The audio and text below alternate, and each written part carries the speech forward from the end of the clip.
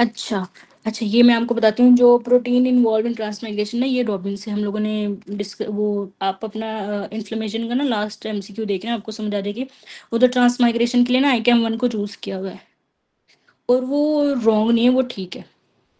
एलएफए 1 जो है ना ये आपके ल्यूक और अपीकेम वगैरह आपके एंडोथेलियम पे रिसेप्टर होते हैं।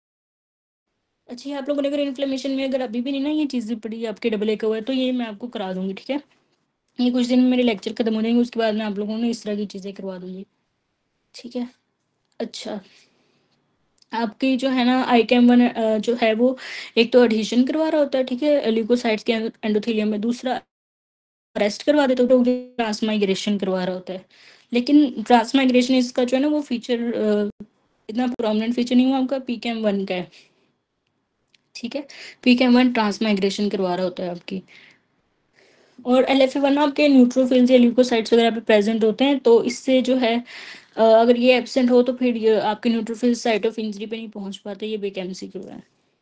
और एंडोथेलियम में आपके जो ना एकेम और पीकेएम 1 होते हैं, और पीकेएम आपका जो ट्रांसमाइग्रेशन करवाता है, ठीक है? कोई और एमसीक्यू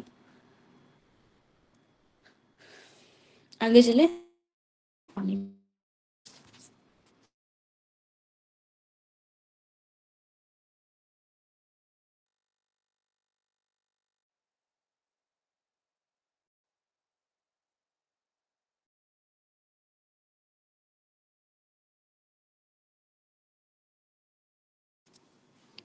अच्छा, 101 है, patient had internal jugular lymph node biopsy neck region, after that he developed numbness of earlobe, which of the following nerve got injured? अच्छा, ये है 101। अच्छा 101। अच्छा, विच of the following nerve is damage, तो ये आपके ना ग्रेटर ऑरिकुलर नर्व होते हैं, ये यूजुअली देते हैं ईयर लोब्स वाला। अब इसमें ग्रेट ऑरिकोटेम्पोरल भी का भी एमसीक्यू आ जाता है। वो किस लिए होती है कि जब आपका प्रोटाइटिस होता है या पेरोटिड इनलार्ज होता है, वो कंप्रेस कर देता है ऑरिकोटेम्पोरल को, ठीक है? फिर उसका ऑरिकोटेम्पोरल इन्वॉल्व हो जाती है प्रोटाइटिस में या पेरोटिड इनलार्ज। अगर वो नमनेस वगैरह के हैं ईयर लोब पे, तो फिर आपने ग्रेटर ऑरिकुलर लिखानी है। जेफार इज मेयर्ड बाय इन्यूलिन। अब ये कल हम लोगों ने बेस्ट मेयर्ड वो मेयर्ड लिखा होता है, लेकिन वो क्लिनिकली था। तो बेस्ट मेयर्ड या क्लिनिकली आपको जो करेक्ट से होता है, endogenous substance to measure GFR correct renal plasma flow by PH. N K cell cause following destroy virus infected cells. अच्छी, हमने जो आपका एन के जो है natural killer cells innate immunity में होता है, और ये जो ना आपके वायरस सेल्स, वायरस एंटर होता है तो एक्टिवेट होते हैं और ये डिस्ट्रॉय करते हैं वायरस इन्फेक्टेड सेल्स। इस केमिस्ट्री पहले भी हमने पढ़ा था वायरस वायरल इन्फेक्शन में।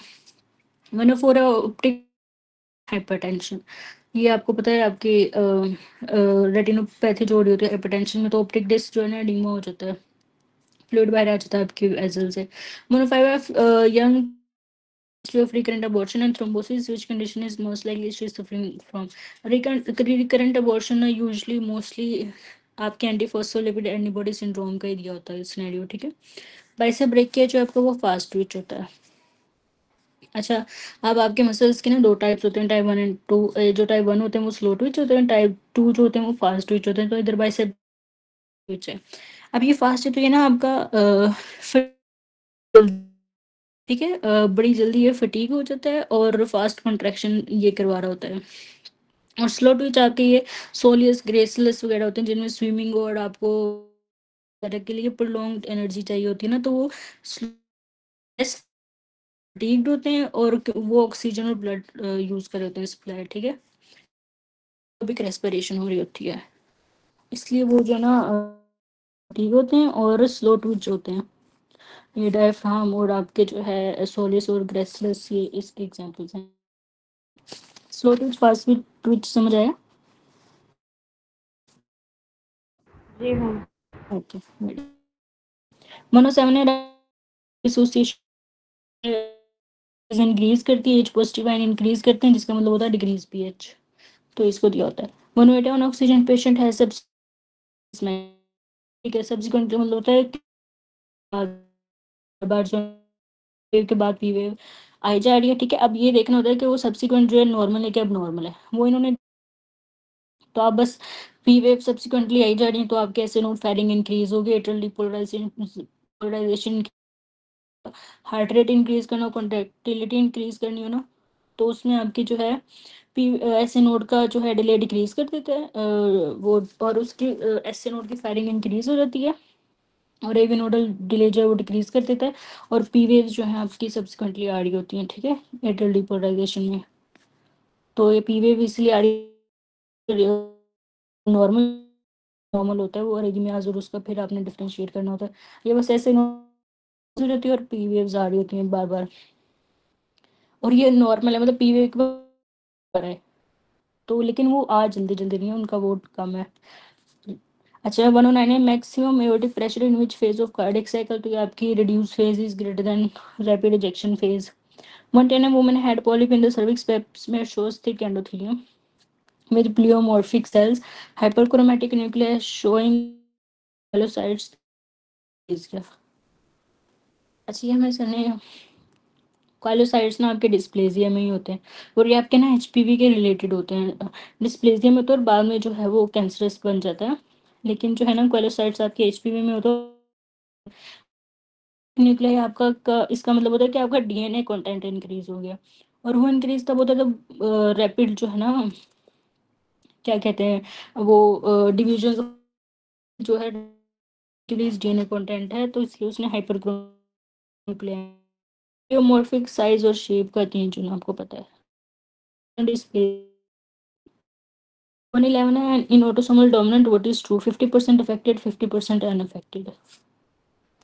112 है autosomal recessive, true is 1 in 4 sibling affected, ठीक है। एथलीट हैव, अच्छा ये भी हमने था, ये 20 चीज होती है। Athlete have in large heart size comparatively and increase stroke volume instead of their muscle need same amount of energy and having cardiac output approximately same as that in normal person। अच्छा, एक तो इसमें increase stroke, इधर इन्होंने cardiac output normal दिया है, लेकिन cardiac output भी इंक्रीज किया होता है, स्ट्रोक वॉल्यूम भी इंक्रीज किया होता है, हार्ट रेट डिक्रीज किया होता है, इनमें फिजियोलॉजिकली जो है ये अडेप्ट हो जाते हैं। अब जो है ना ऑप्शन आता है कि रेट स्ट्रोक वॉल्यूम और इंक्रीज कार्डियक आउटपुट, तो आपने स्ट्रोक वॉल्यूम को चूज करना है, ये ज़्यादा इंक्रीज क्या होता है, ठीक है, तो ये इसका सीक्वेंस कार्डियक आउटपुट है। 14 and obese patient wears a tight collar shirt and feels tightness in collar and faint whenever he turns his head. Which of the following is, तो ये आपके इंक्रीज वेनस, ठीक है, उसकी वजह से जो है उसको, अच्छा इसके इसको टाइट कॉलर में इंक्रीज पैरासिम्पथेटिक एक्टिविटी, और फिर ब्रेडिकार्डिया हाइपोटेंशन होती है, और वेजोडाइलेशन होती है। So less apply to brain health syncope occur and due to vasodilation venous compliance increase, ठीक है। डॉक्टर आलिया ठीक है। तकरीबन ठीक है। हाँ, बाकी आप बहुत मतलब ऐसे लेथार्जिक फील लगती हैं। शुक्रिया। डैमेज तो मैजिटर, अब मैंने आप है ना मेडियल, और ये, फिर आपका एंड ऑफ एमसी, तो वेट अगर रनेबल के डैमेज लगा कैरी टू फुट का दे देंगे, तो आप vertical group of superficial inguinal lymph node होता है, और अगर वो लेटरल फुट का कहें तो पोप्लीटल लिम्फ नोड लगाना है आपको, जो सुपरफिशियल वो आप में चोरा का पड़ा था।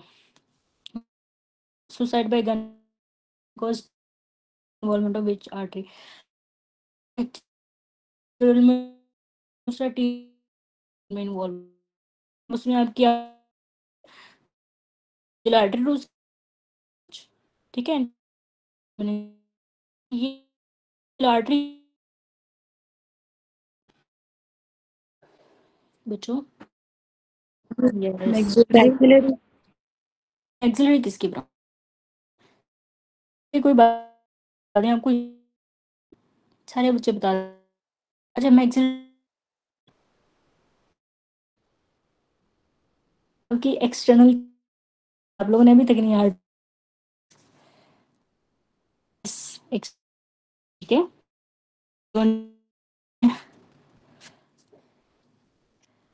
अच्छा, okay. 122 a wave to PR, ये पीआर सेगमेंट और इंटरवल दोनों दिए हुए हैं।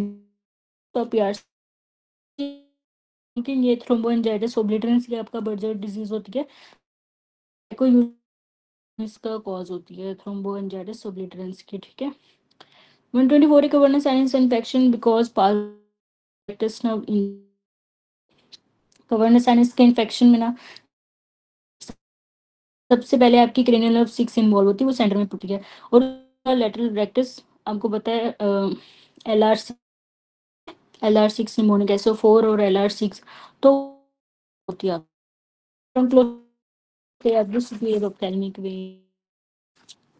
126 of 8 hours, the temperature of patient is monitored by probe in esophagus.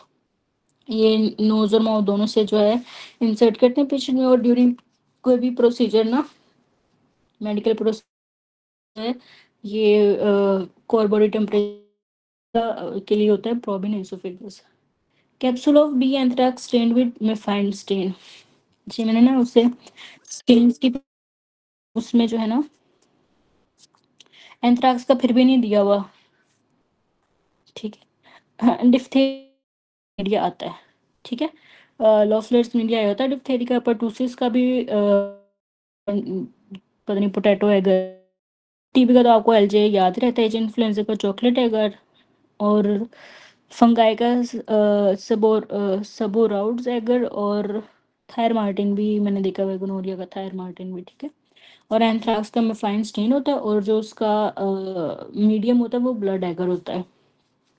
Capsule of B anthrax is fine stain, और bacillus anthrax grow in blood agar. 28 भी आपका था। 129 है long time is at risk of developing, तो ये आपका जो है ना डिक्रीज बोन मैस होती है।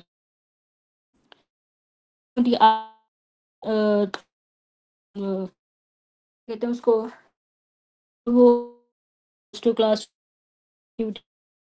रिजॉर्व हो डिक्रीज उसका स्पेस शिफ्ट ऑस्टियोपीनिया, ये double space shift osteopenia polarize और आपके फिर मसल कॉन्ट्रैक्ट सियालोली तो फॉल तो एंड होते हैं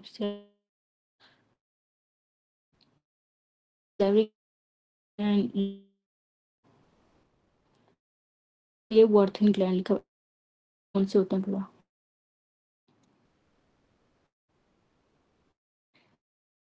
बचा ना भी दिया से दिए तो सब मैंडिबुलर आपके जो वर्थन ग्लैंड होते हैं। 132 a patient went to prosthodontics. It did not fit in his mouth, so he was referred to a doctor on examination. He has rigidity and tremors which nucleus involved. ये आपका parkinsonism है, तो ये सबसे involve होता है। Class में spasticity is due to lesion of corticospinal tract के लीजन या डिसर्टिफिकेशन होती है, तो उसके बाद उनका इनहिबिटरी सिग्नल्स होते हैं वो कॉम्प्रोमाइज हो जाते हैं, तो जो एक्साइटेटरी है उनका जो है अनअपोज्ड एक्शन हो जाता है, तो स्पास्टिसिटी हो जाती है। और ये आपके पैरामिडल ट्रैक में होते हैं जो कि आपके वोलेंट्री मोटर मूवमेंट्स होती हैं। 134 patient was given aspirin mechanism by which aspirin decrease pain, तो वो आपकी prostaglandin synthesis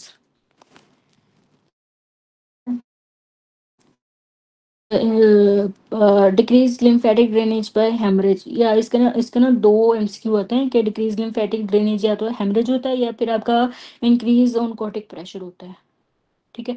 तो आपके जो है लिम्फेटिक ड्रेनेज डिक्रीज कर जाती है। 136 है which hormone use phospholipase C as a secondary messenger, तो ये जो है ना आपका ऑक्सीटोसिन है, ये इन्होंने हर उसमें करेक्ट कराया। अच्छा ये इसको ठीक कर लें, थायरोक्सिन ये ऑक्सीटोसिन है, ये IP3 लाइपेज जो आपका ऑक्सीटोसिन होता है, ये राटा में भी ये किया हुआ है। Myogenic vascular response to hypertension is, अच्छा मायोजेनिक वेस्कुलर रिस्पॉन्स कहते हैं जो आपकी वेजल्स का इंटरनल मैकेनिज्म होता है ना, कि उन्होंने वेजो कंस्ट्रिक्शन करानी या डायलिटेशन, उसको मायोजेनिक वेस्कुलर रिस्पॉन्स कहते हैं।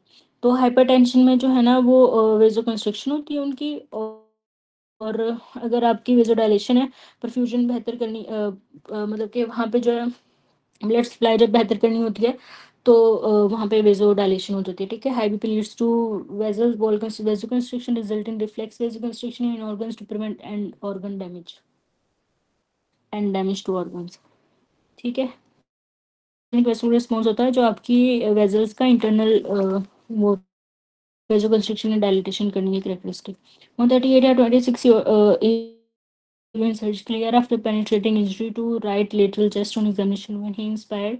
The mediastinum moves to left side and during expiration the shift towards left side is enhanced but will be the most likely diagnosis. तो ये आपके इंजरी या ट्रॉमा के बाद जो है ना टेंशन हिमोथोरेक्स होता है। अब आप ये देखो कि मीडियस्टाइनम को इतनी टेंशन है कि उसने राइट पे जाना है लेफ्ट पे जाना है, ठीक है। मूवमेंट उसकी ऐसी है, तो आप याद रखो ये टेंशन निमोथोरेक्स में होती है। 139 in the chest wall neurovascular bundle lies between internal innermost और intercost। इंटरनल और इनरमोस्ट में जो है ना आपका न्यूरोवेस्कुलर बंडल प्रेजेंट होता है, ठीक है। इंटरकोस्टल ये आपका दिया हुआ मसल दिया हुआ है और इनरमोस्ट दूसरा वो दिया हुआ है, ठीक है, दिख रहा है ना। तो इनके दरमियान आपका न्यूरोवेस्कुलर बंडल प्रेजेंट होता है। 139 कहाँ पे एमसीक्यू, अच्छा 140 रेस्टिंग मेम्ब्रेन पोटेंशियल जो अचीव होती है वो से होती है, और जो मेंटेन करा रहा होता है आरएमपी को, ठीक है। मोस्ट पोटेंट एंटीऑक्सीडेंट आपका ग्लूटाथायोन होता है, ये जो चिटा करने के लिए दे रहे होते हैं ना वो आपका बस सिर्फ। अच्छा 142 है bone marrow biopsy is done by posterior iliac, मैंने अब इसका निमोनिक लिखे पास्ट, पास्ट बल्कि साथ छोटा सा एस भी लिखे एंड पे पास्ट, ठीक है, पीएस पास्ट। अब इसमें आपका ये सीक्वेंस है ये पास्ट वाला, अगर आपने पोस्टीरियर इलियक स्पाइन है तो उसको चूज करेंगे, अगर वो नहीं है तो फिर आप जो है एंटीरियर सुपीरियर इलियक स्पाइन को करेंगे। Spinous process of lumbar vertebra, spinous process तक का मैंने वो एमसीक्यू देखा हुआ है, और टी से टिबिया और एस से जो है ना स्टर्नम है। अब जो एमसीक्यू आता है ना बच्चों का यूजुअली लेस देन 1 ईयर, उनमें आपने टिबिया चूज करना है। दूसरा एक 21 ईयर ओल्ड बच्चे का आता है, और उसमें वैसे ये पोस्टीरियर और एंटीरियर ये एक्सप्लेन नहीं दिए होते, तो उसमें यूजुअली स्टर्नम चूज करना होता है आपने, ठीक है। लेकिन अगर सीक्वेंस में से कोई एक प्रेजेंट हो तो अगर और फिर आप सीक्वेंस वाइज ही चूज करेंगे, ठीक है। मैं आपको लिख रही हूँ।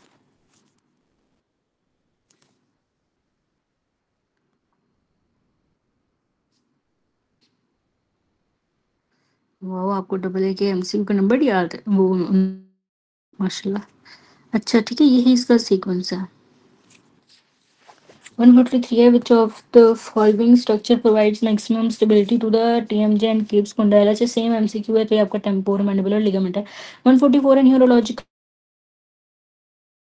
टू माइलिन, अच्छा न्यूरोलॉजिकल फेयर पता है किसको कहते हैं, कि कोई भी सडन चेंज जो कि आपका एग्जैजर्बेशन करवा देता है न्यूरोनल डिजीज की और उसकी वर्सनिंग करवा देता है। कोई न्यूरोनल डिजीज अगर चल रही है ना तो अचानक फ्लेयर आता है और उसकी मजीद वर्सनिंग करवा देते हैं और मजीद जो है ना उसको इंक्रीज करवा देता है सिम्टम्स को, ठीक है। तो इसको कहते हैं न्यूरोलॉजिकल फ्लेयर्स। अब एंटीबॉडी टू माइलिन, ठीक है, एमएस वगैरह में माइलिन माइलिन शीट जो है उसके अगेंस्ट एंटीबॉडीज बनना स्टार्ट हो जाती हैं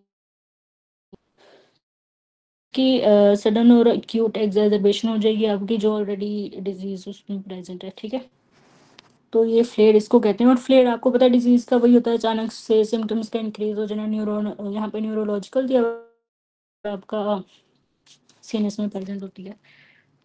अच्छा 145 है chronic use needs close monitoring because low therapeutic index, ठीक है। पेरिफेरल वेजो अच्छा इसका लो थेरेपिक इंडेक्स है। ड्रग बाउंड टू प्रोटीन ये हाइपर स्टेडी स्टेट फास्टर भी, अगर वो क्रोनिकली दे रहा है तो आपने उसको मॉनिटर करना है। 146 है peripheral neuropathy second to it is defective, तो आपको पता है एंडोथेलियल सेल्स आपके जो वो वेजल्स डैमेज हो रही होती हैं और वेजल्स आपकी जो उसमें एंडोथेलियल सेल्स प्रेजेंट होते हैं तो वो डायबिटीज़ या क्रॉनिक इन्फेक्शन से डैमेज हो जाते हैं ये, फिर ये न्यूरोपैथिक आ रहे होते हैं। One girl of 11 year was referred to X-ray department. X-ray of elbow joint to no age. So X-ray will be of 11 years पे ना lateral epicondyle होता है। ये आपका रफ़ी में भी टेबल में भी लिखा हुआ है और डबल में भी लिखा हुआ है। अच्छा, इसका क्राइटोल आप लोगों ने वहाँ पे निमोनिक देखा होगा। कैपिचुलम का 1 ईयर होता है, रेडियल एड का 3 होता है, मीडियल एपिकॉन्डाइल 5 इयर्स होता है, ट्रोक्लिया 7, और आपको पता है इसके प्यूबिक रेमस भी जो आपका वो 7 इयर्स होता है, ठीक है, उसका एमसीक्यू कहते हैं इसके प्यूबिक रेमस का। आपका 9 ईयर होता है और लिटिल एपिकॉन्डाइल जो है आपका 11 इयर्स होता है, ठीक है। 148 ECG shows normal P wave but wide QRS, heart rate is 25। ये हम लोग तब कह रहे थे कि पी वेव एब्सेंट होते तो पेसमेकर आपका एवी नोड में होता है। अब आपका हार्ट रेट जो 25 है तो पेसमेकर किधर होगा, वो आपके Purkinje फाइबर्स में होगा। किन का हार्ट रेट अब हम देख लेते हैं। ऐसे नोड में जो है 60 to 80 होता है, एवी में जो है 40 to 60 होता है, Purkinje में 20 to 40 होता है। 149 nerve supply to the adrenal medulla, तो यहाँ पे ग्रेटर थोरेसिक स्प्लैंकिनिक नर्व, ठीक है, या इधर थोरेसिक लिखा होता है यूजली, पर ग्रेटर स्प्लैंकिनिक नर्व होती हैं। A 4-year-old boy was attended in clinic and was observed to have short neck, low hairline on the posterior aspect of neck, and was known to be suffering from a heart condition. X-ray neck showed fused cervical vertebrae. You know, fused cervical, आप mark कर लो, fused cervical vertebrae. And on examination, limited movement of upper limb was noticed. What is most likely diagnosis?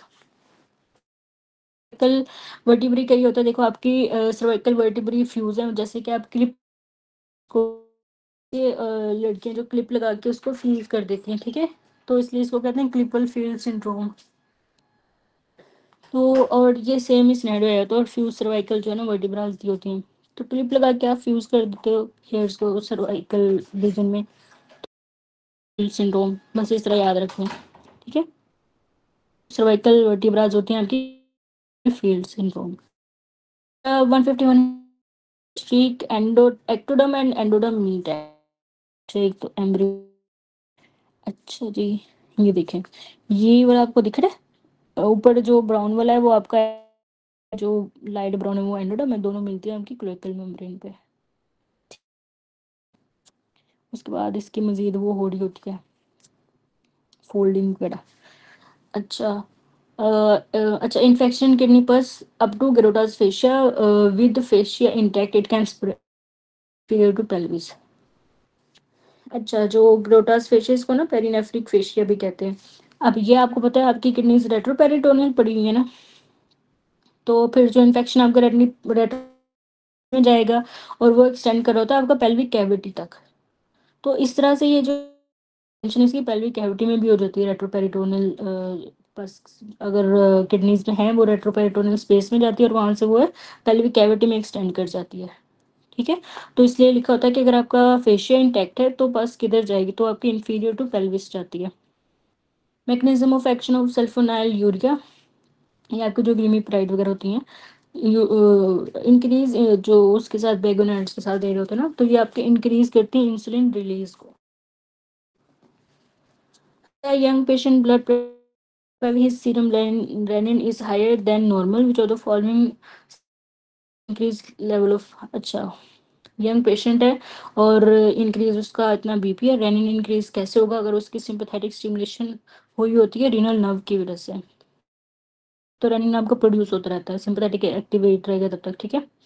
Rennin usually जो ना renal artery stenosis में भी same ही हो रहा होता है, उसका भी सिनेरियो दिया। अच्छा, 55 या 45-year-old female present paraesthesia in the lower limb, her laboratory. अच्छा, इतना बड़ा सिनेरियो अब देख लो, कैल्शियम अपर लिमिट पे दिया हुआ है, जो फॉस्फेट है 0.9 दिया हुआ लोअर लिमिट पे, और पीटीएच जो है वो थोड़ा सा रेज हो, ठीक है, तो ये आपका प्राइमरी हाइपर पैराथायरॉयडिज्म है। Calcium and PTH in upper limit and phosphate in lower limit indicates early primary hyperthyroidism. 156 है, increased sodium reuptake in body is due to B, potassium in body. अच्छा, increased potassium in body will stimulate aldosterone release which will increase absorption of sodium and excrete potassium. ये इस तरह से भी आता है कि हाइपरकैलेमिया जो है ना वो आपका रिलीज करवा रहा होता है, वो उसका वो होता है ट्रिगरिंग फैक्टर के एल्डोस्टेरोन जो है फिर वो रिलीज होता है, अब टेक होता है आपका इंक्रीज पोटेशियम की वजह से एल्डोस्टेरोन करा रहा होता है। 157 है fat digestion is done by emulsification by bile salts and lipase. ठीक है, जो ये बाइल सॉल्ट्स होते हैं ये आपके जो है फैट डाइजेशन नहीं कराते, ये सिर्फ एमल्सिफाई करवा रहे होते हैं ताकि लाइपेज जो है फैट को डाइजेस्ट कर सके। 158 है आप patient with history of third degree burn stratum conium and acute loss will lead to acute water loss। ये हमने कल भी पढ़ा था, बर्न जो है आपका इतना डीप होता है कि आपके ये स्पाइनोजम तक पहुंच होता है, जो उधर ग्रेनुलोजम दिया होता है। अच्छा, तो फिर जो है ना आपका मोस्ट कंसर्निंग होता है कुटेनियस वाटर लॉस। ठीक है, अच्छा pin by injection of egg of larva. Pinworms जो है इस pinworm is caused by injection of larva, और वो आपको पता है इंजेक्शन ऑफ एग भी याद होगा आपको। ठीक है, अच्छा 160 है lesion at right optic track, तो ये आपका लेफ्ट होमोनोमस हो गया होता है। 160 कैपिटल डिफेक्ट वेल डिफेक्ट जो आपका ट्राइकेस्पिड ना मोस्टली इन्वॉल्व होता है, टीआर हो रहा होता है। अब आपके रफी में आई थिंक डब्ल्यू में ना पल्मोनरी वेल्व लिखा हुआ है, तो ये इसका सीक्वेंस है, ट्राइकेस्पिड इज ग्रेटर देन पल्मोनरी। ठीक है, इंटरवेंट्रिकुलर सेप्टा डिफेक्ट में दो जो आपके वेंट्रिकल्स हैं उनका अंदर जो वो क्लोजर नहीं, वो जो वॉल होती है उसकी वो कम्प्लीटली क्लोज नहीं होती, और वहां से भी जो आपका ब्लड मिक्स हो रहा था ऑक्सीजनेटेड और डीऑक्सीजनेटेड, तो इस तरह से आपका जो लेफ्ट वेंट्रिकल उसने अच्छा, तो इसमें मोस्टली जो आपका इन्वॉल्व होता है ना वो ट्राइकस्पिड होता है, और फिर जो दूसरा है वो पल्मोनरी होती है, या आप इधर सीक्वेंस लिख लो। थ्रोम्बोलिटिक एक्ट्स वाया प्लाज्मिनोजिन, जो आपके ये थ्रोम्बोलिटिक्स होते हैं ना ये प्लाज्मिनोजिन को प्लाज्मिन में कन्वर्ट करते हैं, फिर वो जो क्लॉट बना होता है ना उसको डिग्रेड करता है ये प्लाज्मिन। ठीक है, degeneration of fibrin clot. Pacemaker of heart is SN node. A young boy presented with painless swelling in the scrotum with no other complication. He gave history of hit by ball very hard on scrotal area 4 months hydrocele. एक तो ये fluid जो आपका tunica vaginal इसमें इसलिए swelling हुई है, दूसरा आपने इसको ये ना डबल ए में लिखा हुआ है कि जो आपका हाइड्रोसिल है ना वो आफ्टर इंजरी जो होता है ना वो आपका हाइड्रोसिल होता है। ठीक है, ये उसकी एक लाइन बस इतनी लिखी हुई है उधर, तो ये आपकी डबल में लिखी है आफ्टर इंजरी जो है हाइड्रोसील होता है आपका। Correct regarding LAD is supply posterolateral नहीं करता, एंटीरियर इंटरवेंट्रिकुलर को करता है, तो एपेक्स ऑफ हार्ट को लाडा सप्लाई करता है, ये करेक्ट है। 166 an lady presented with question करना है किसी ने। क्वेश्चन नंबर क्या है, पेज नंबर बता दें, मिस हो गया मुझसे। 166 166 कराने लगी हूँ मैं। अच्छा, ये क्या पूछ रहे हैं, पास टिबिया तो क्या चूज करना है। अच्छा, जो आपका टिबिया टिबिया ही दिया होता है बच्चों में ना, आपने टिबिया ही चूज करना है। ठीक है, उसका सीक्वेंस नहीं है, बच्चों में टिबिया ही है। ये जो पास्ट सीक्वेंस है ना आपका ये अडल्ट में है, बाकी में नो क्लियर। अच्छा, ये डॉक्टर राम ना कोई क्वेश्चन वगैरह तो पूछ लें दोबारा से अगर मेरे से मिस हो गया। नहीं मैम, वो वॉइस तो कह रहे थे कि वॉइस डिस्टॉर्ट हो रही है, तो मैंने उसका बताया था कि अच्छा क्लियर है। अच्छा, अच्छा मैं present with hyper pigmentation and difficulty in maintaining balance MCV 110। आपके डेसिमल के साइन आ आपके न्यूरोलॉजिकल साइंस आ रहे हैं, एमसीवी रेस्ट एनीमिया है सिंपल। 167 है thyroid hormone receptor present in which of the following. ठीक है, ग्रोथ हार्मोन का पूछा तो उन्होंने, या जो है आपका ये थायराइड का पूछा होता है, तो इनसाइड तो इसका है option inside nucleus. Plasmic receptor जो है आपका glucocorticoid mineralocorticoid androgen estrogen vitamin D three nuclear. ठीक है, 168 है distal radius end fracture is Smith fracture. ठीक है, इसको भी करेक्ट कर लें, डिस्टल रेडियस एंड फ्रैक्चर। अच्छा,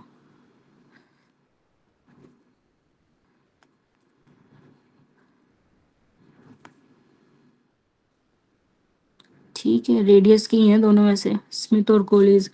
अच्छा, में है ही नहीं है ना, स्मिथ ही चूज करें आप, इस आप बी सी क्या हुआ। अच्छा, बेनेट फ्रैक्चर जो है बेस ऑफ थंब होता है, बॉक्सर बहुत ज़्यादा होता है, बेनेट भी आता है, बॉक्सर फ्रैक्चर भी आता है, ठीक है। बेनेट जो है आपका बेस ऑफ थंब पे होता है, फर्स्ट मेटाकार्पल, बॉक्सर जो आपका फिफ्थ मेटाकार्पल पे होता है, और स्मिथ जो होता है आपका वो रेडियस एंड फ्रैक्चर होता है। After myocardial injury what will change will be seen in hypoxia. Hypoxia तभी होगा आपकी anaerobic glycolysis start। Virus causes cancer alteration इन प्रोटोन को जीन्स। अच्छा, अब ये वही है, डबल ए वाली बात इन्होंने इधर करेक्ट कर दी हुई है, ठीक है, रफी में अभी भी गलती लिखी हुई है। अब आप ये देखो, वायरस जो cancer cause by oncogene by altering, तो उसका सीक्वेंस उस दिन मैंने आपको बताया था, protein synthesis is greater than protooncogene, ठीक है। रेडिएशन का आपने प्रोटोन को जीन नहीं रखना, ये वायरस वाले का जो है ना ये थोड़ा सा है, कैंसर बाय ऑन्कोजीन्स, तो वो आपका protein synthesis is greater than protooncogenes, ठीक है, अल्टर वन में करता है, और cancer by oncogene. Incidence is defined as number of new cases, और प्रेवलेंस जो होता है वो ओल्ड प्लस न्यू होता है। After chemotherapy tumour size regress by apoptosis. Healthy adult the amount of ICF is 28, total जो है वो 60% होता है, आईसीएफ आपका 40% होता है, और ईसीएफ जो 20% होता है, परसेंटेज भी पूछ लेते हैं, ठीक है। अच्छा, 42 में से आईसीएफ 28 और ईसीएफ लगे से 10.5 इंटरस्टिशियल, 3.5 जो है प्लाज्मा। 174 है टेमोडोल म्यू रिसेप्टर्स। जो मोर्फिन है वो स्ट्रॉन्ग म्यू एगोनिस्ट होता है, और जो ट्रेमडोल है वो वीक म्यू एगोनिस्ट होता है। 175 है patient after sciatic nerve injury having difficulty from sitting to standing. अब आप देखो, आप पहले एमसीक्यू पढ़ते आ रहे हो कि patient has difficulty sitting to standing position, from sitting to standing. अच्छा, मसल पूछा है, ये आपका जो है ना हैमस्ट्रिंग मसल्स होते हैं, ठीक है, और नर्व आप लोगों को याद हो, ग्लूटियस मैक्सिमम। अच्छा, ये इन्होंने ना, मैं आपको बताती हूँ, डिफिकल्टी इन सिटिंग तो आपका ग्लूटियस मैक्सिमम मसल होता है, difficulty in standing from sitting, ये सेम नहीं है। अच्छा, ma'am plus cyclic nerve. Nerve का लिखा हुआ यस भी। यस, इसलिए ना मेंशन, तो फिर आपका हैमस्ट्रिंग डैमेज होता है। तो अच्छा, 176 का patient has parcel number area which spread down which of the muscle sheath. अच्छा, ये श्वास भी जो है ना आपका रेट्रोपेरिटोनियम, इसलिए इसकी भी एक्सटेंशन जो है ना पेल्विक कैविटी में जा रही होती है, लंबर से ये स्टार्ट होता है और आपके जो पेल्विक तक जा रहा होता है। 177 है, पेशेंट हैज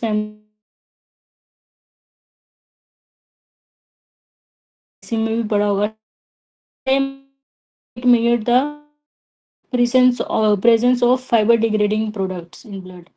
जो वो फिब्रिन क्लॉट बना हुआ है उसको डिग्रेड करने के जो प्रोडक्ट्स होते हैं ना ब्लड में, ये उनका मेजर होता है, ज़्यादा है कम है, ये सिर्फ स्क्रीनिंग के लिए यूज़ होता है, और कुछ डिजीज़ में यूज़ होता है, ये डीआईसी वगैरह में, ठीक है। तो अगर इसकी स्क्रीनिंग हम लोग करें तो हमें डीवीटी और पल्मोनरी एम्बोलिज्म इनके चांसेस पता चल जाते हैं, लेकिन ये इतना डिजीज़ को कोई स्पेसिफाई नहीं कर रहा होता, सेंसिटिव नहीं होता। तो बस ये आप याद रखोगे कि ऑफ फिब्रिन प्रो 178 डेफनेस को